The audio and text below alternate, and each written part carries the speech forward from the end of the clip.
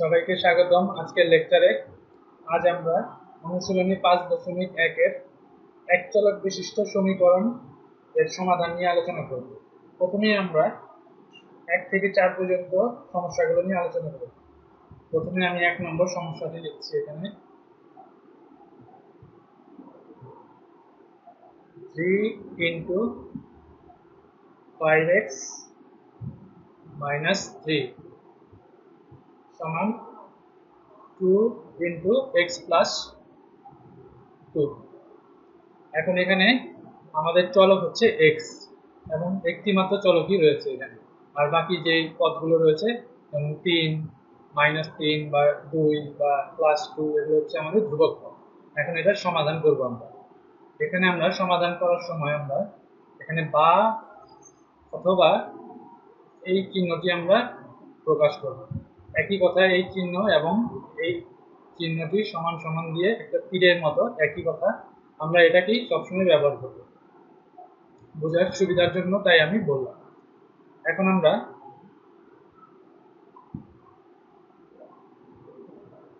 সমীকরণটি সমাধান করব। গুণ করে দিব 3 দ্বারা, তাহলে হয় এখানে 15x minus 9। এটাকে দ্বারা গুণ করলে হয় 2x plus 4। এখন আমরা 15x আর এখানে প্লাস 2x কে আমরা বাম পাশে নিয়ে আসবো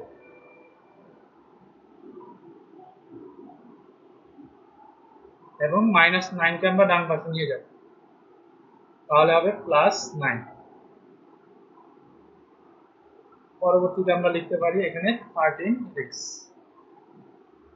এবং এখানে হয় 13।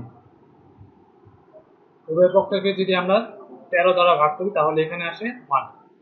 এটাই হচ্ছে আমাদের নির্ণয়ের সমাধান। এখন সমাধান x এর মান 1। x এর এই 1 এর জন্য উপরোক্ত যে সমীকরণটি প্রদত্ত সমীকরণ দেওয়া ছিল সেটি হবে সত্য হবে। তার মানে x এর মান যদি আমরা এখানে 1 বসাই তাহলে বাম পক্ষ এবং ডান পক্ষ সমান হবে।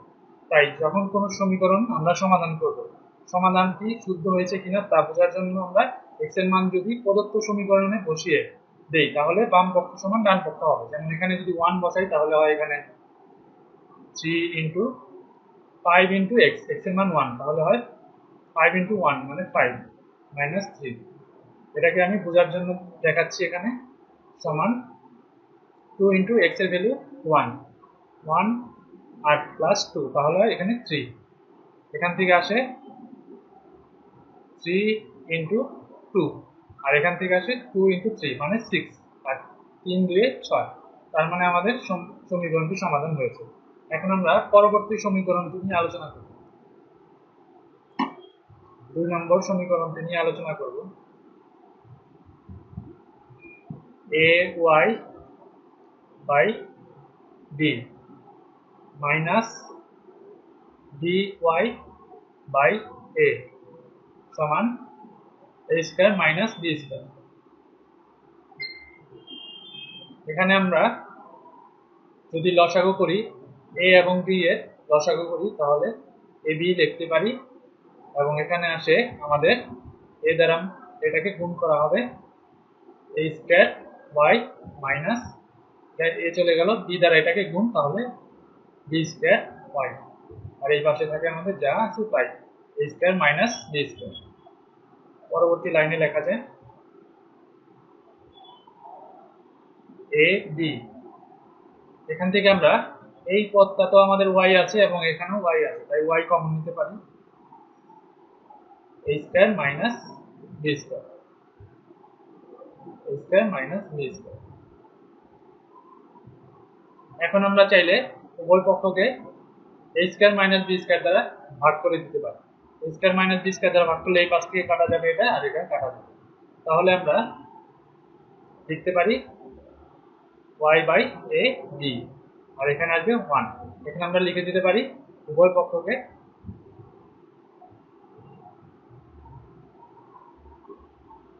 a square minus b square দ্বারা ভাগ করে।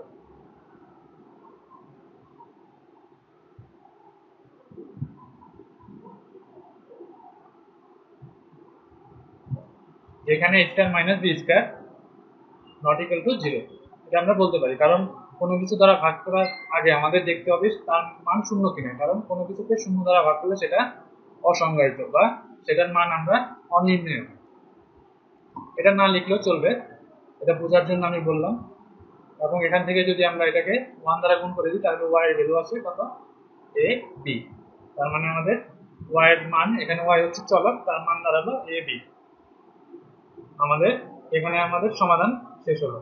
আমরা চাইলে এটাকেও আমরা প্রদত্ত সমীকরণে বসিয়ে দিতে পারি y সমান ab, তাহলে দেখবো যে ডান পক্ষ এবং বাম পক্ষ সমান হবে। এখন আমরা পরবর্তী সমস্যাটি নিয়ে আলোচনা করব, 3 নম্বর সমস্যাটি নিয়ে আলোচনা করব। 3 হচ্ছে আমাদের z plus 1 into z minus 2 সমান z মাইনাস 4 z প্লাস 2। এখানে আমরা z হচ্ছে আমাদের চলক। এখন আমরা এটাকে এটা দ্বারা গুণ করি আর এটাকে এটা দ্বারা গুণ করে দিই, তাহলে লেখা যায় z দ্বারা z কে গুণ করলে z square minus z into minus 2 2z, আবার প্লাস 1 দ্বারা z কে গুণ করবো তো প্লাস z প্লাস 1 মাইনাস 2 দ্বারা গুণ করলে হবে মাইনাস 2। এখানে z দ্বারা এটাকে গুণ করি z square z 2z minus 4 into z minus 4z minus 4 into 2 plus 2, তাহলে হয় মাইনাস 8। এখন আমরা এই পুরো রাশিটাকে আমরা বাম পাশে নিয়ে আসতে পারি, তাহলে লেখা যায় z স্কয়ার মাইনাস, এখানে আমরা মাইনাস z মাইনাস 2z এবং প্লাস 2z, তাহলে লেখা যায় প্লাস z এবং মাইনাস 2।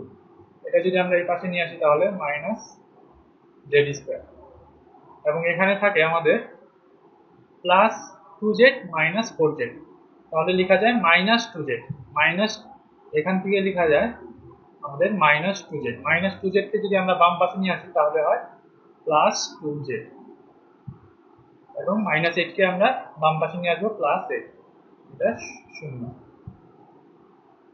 তাহলে আমরা দেখছি minus z square plus z square আমাদের কাটা, তাহলে থাকে এখানে প্লাস z এবং প্লাস 2z, তাহলে হচ্ছে প্লাস 3z বা 3z, এবং এখানে মাইনাস 2 এবং প্লাস 8, তাহলে থাকে প্লাস 6 সমান 0।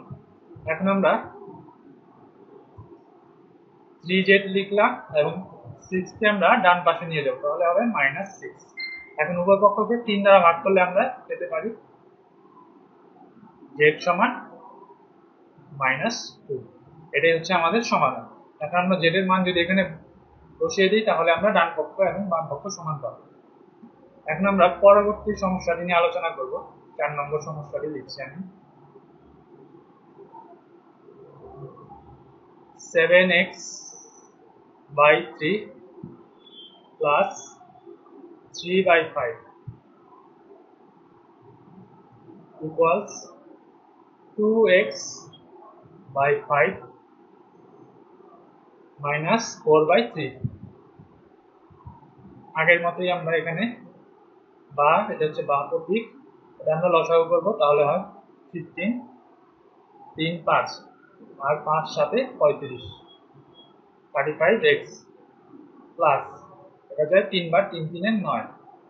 এখানে ঠিক একইভাবে আমরা লসাগু করব, 3 2 এর 6 মাইনাস 5 4 5 এর 20।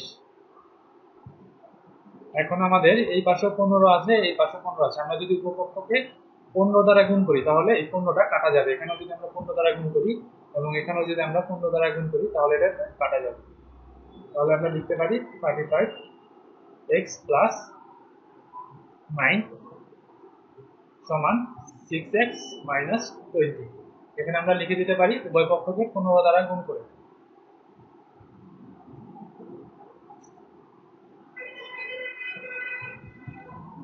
দ্বারা গুণ করে,